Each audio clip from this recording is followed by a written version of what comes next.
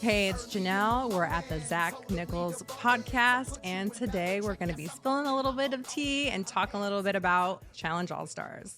Welcome back to the NICHOLS podcast. I'm here with my co-host, Mr. Zach Nichols. Awesome. But more importantly, Tell them who we have here. we have one of the most OG cast member to ever sit on our couch, Oh, nice. Wow. Janelle, from the real world Key West. Yep, Yes. and a champion. Is that right? We are a champion. Yeah, Well, challenge Yes, yes, champion. yes. But challenge champion. I think you automatically are a champion because you survived Key West with Tyler and Johnny. Possibly the two most inappropriate, and Paula, the three most inappropriate cast members of all time. Paula was on your season. She was on my season. They're, they're actually probably the most athletic challenge cast of all time. That was one of the questions. Do you think if Key West was on Battle of the Seasons, you would have beat him in their squad? So I don't know who was on your squad. Doesn't I mean, matter. It doesn't matter. you know right? we didn't get casted, right? Yeah, so that we could win.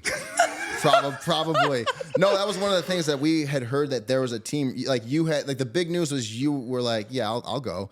Because we knew for sure that Tyler and Johnny and Paula were locks. And Yeah. we were like, wait, who would be their fourth? And then we did our research and we're like, that's a team. Yeah. We were begging. Yeah, to do production. that one. Oh, Begging. shit. I mean, you probably had the checks already written out to you when they were like, possibly. That team is like hands down the best cast. So Challenge wise. So and you were actually out of the gate, you were the best. You came out and you dominated from day one, and it took the other ones a while to kind of make their claim, but you kind of came out and balled. Yeah, I mean, I kind of felt like I got lucky on my first one. I wish I could have stuck around a little bit longer to do more, but You made it the furthest, right? Or did Paula go further in that one? in terms of what? like in the game. On Your first Inferno one, 3? Your first one was Inferno 3. Inferno 3 is the one that I won. Yeah, you So- won that one. But So I that's won my that point. one. yeah. Yeah. They all went home. Yeah, so You came out and were like, yeah, I won. You're like, did I remember this right? You did win Yeah, I'm your like, you won first that one. one. I won, and I want to say Johnny and Johnny went home first. Paula. No, not that season. Johnny and Paula were still there. Gotcha. I ran against them in the final, but the badasses won. Right. Yeah.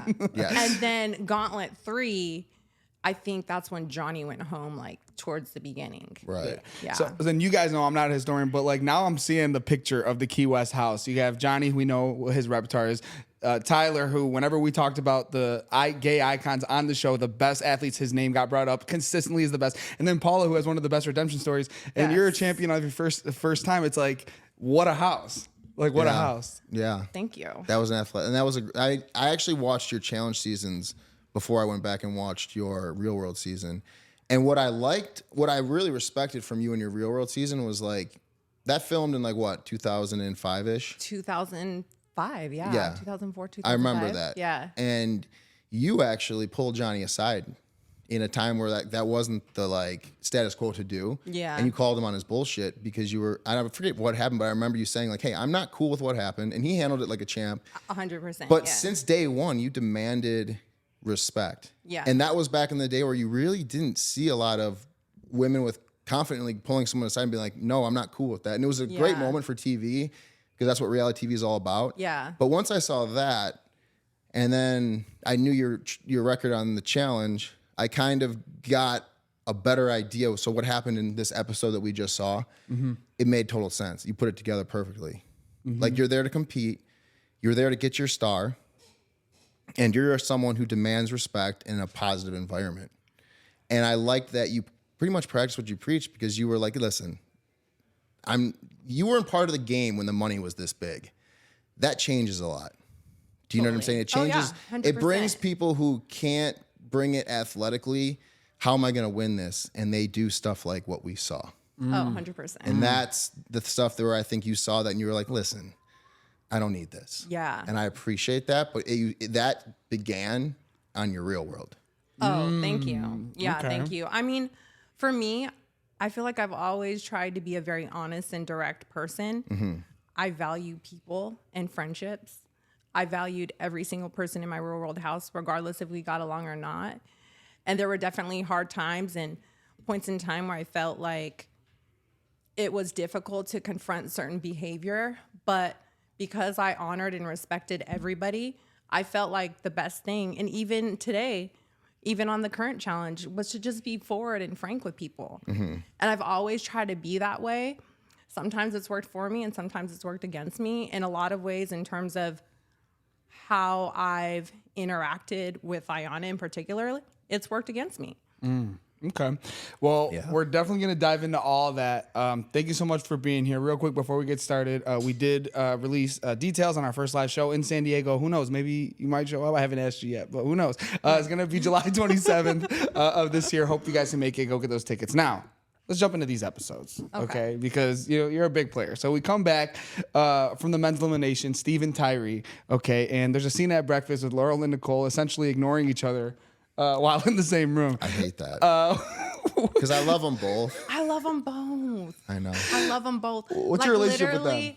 So I met both of them at the airport for the first time when we were heading over to Africa. And immediately Nicole comes up to me and she squeezes me so hard I felt like maybe she broke a rib or two. Oh, she's strong. And I was like, from then on, I was like, I love this girl. Like the energy was so intense and I was like, yes. Like I just vibed very naturally with her. Which I didn't really think I was going to, because, she kind of has this like negative She does. persona. And if people only got a chance to know her, she's wonderful.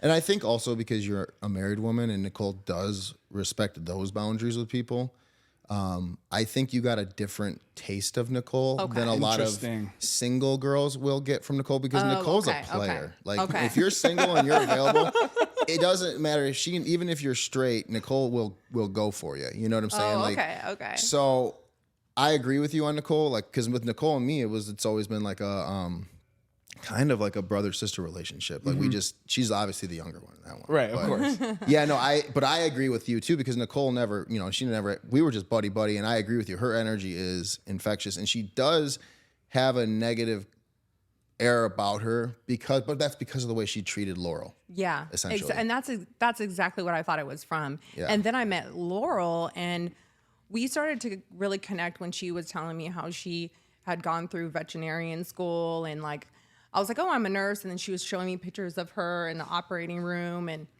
I was telling her about like what I do. And again, it just became a very natural sort of relationship where I felt like this feels very natural. And at the time, I didn't really know much about the relationship between the two of them. But I definitely was like, can you guys please like figure it out and work together, because I love you both. Right. Yeah. That seemed to be the sentiment in the house. And we see, through episode 2 and 3, okay, there's some tides changing here, but that was definitely a little awkward energy at the moment. So, and then the show, everyone's kind of having fun. There's the slide, there's a house. This house looked pretty awesome. Yeah, it does. It was very nice. Is there something that the fans need to know about the layout that might tell us a little bit about the dynamics of the voting or the energy? Yeah. Well, for one, I don't know if they showed this. I don't remember seeing this, but in terms of like us going into the house and getting our rooms, it was based on like your era, basically. Like if you were like old school, like I want to say it was just Flora and just Kefla that got to go in first and pick their rooms. Right.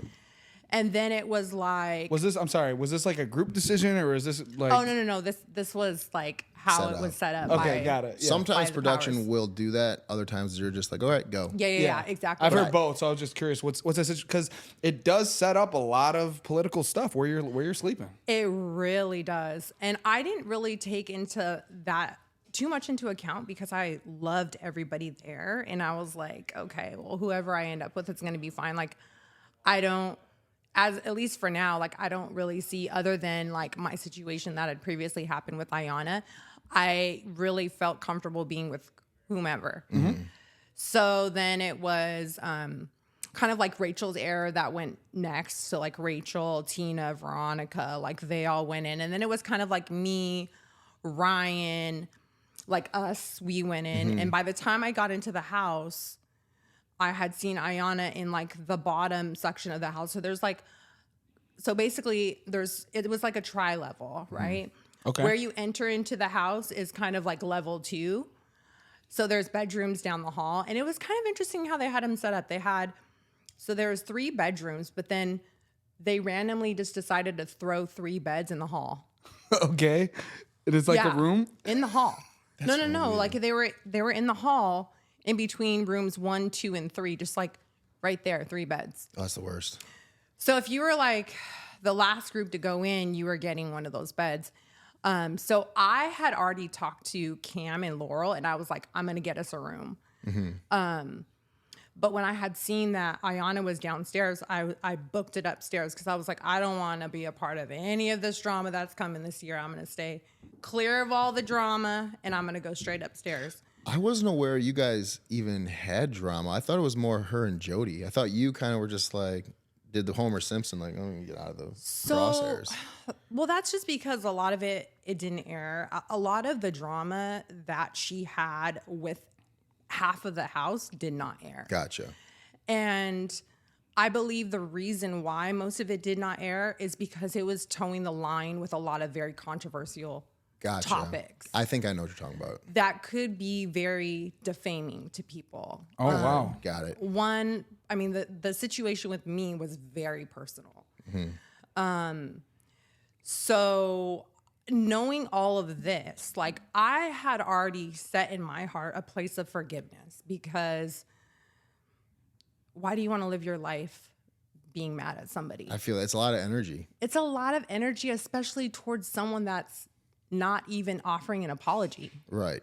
You know what I mean? Like, why waste my time? And so, I mean, even when I found out she was coming, I didn't believe it. I was like, there's no way she's going to get asked back. There's too much controversy with her. And then now you're going to bring that, like, you're going to risk that again? There's no way. So There's no way. You went into this thinking that there was a very small chance that she gets called back because essentially you're a liability to bring her back because situations happen when she's there. Correct. I just didn't believe it because of what I experienced with her on season 2. A lot of what you see, there is so much more to it, and it's uncomfortable. The salad situation is uncomfortable. Even what we saw was uncomfortable. Like I felt bad for Jody because it's like, if you ate the salad, you ate the salad. But the way she like almost like was like licking her fingers, and like I was like, this is borderline. Like I'm uncomfortable watching it, so I can't even imagine people having to say, like, I would have laughed because I'd have been uncomfortable. But if you see me in an uncomfortable situation, like with the CT and Terrell Owens, I was like, Yeah. But like I could sense how weird that moment was with the salad. So imagine that. Yeah. And this being what happened previously. So the night that the salad incident happened. That concludes the free preview of the Zach Nichols podcast. So go to Patreon and subscribe to see the rest of the shit that we talk. Go do it now.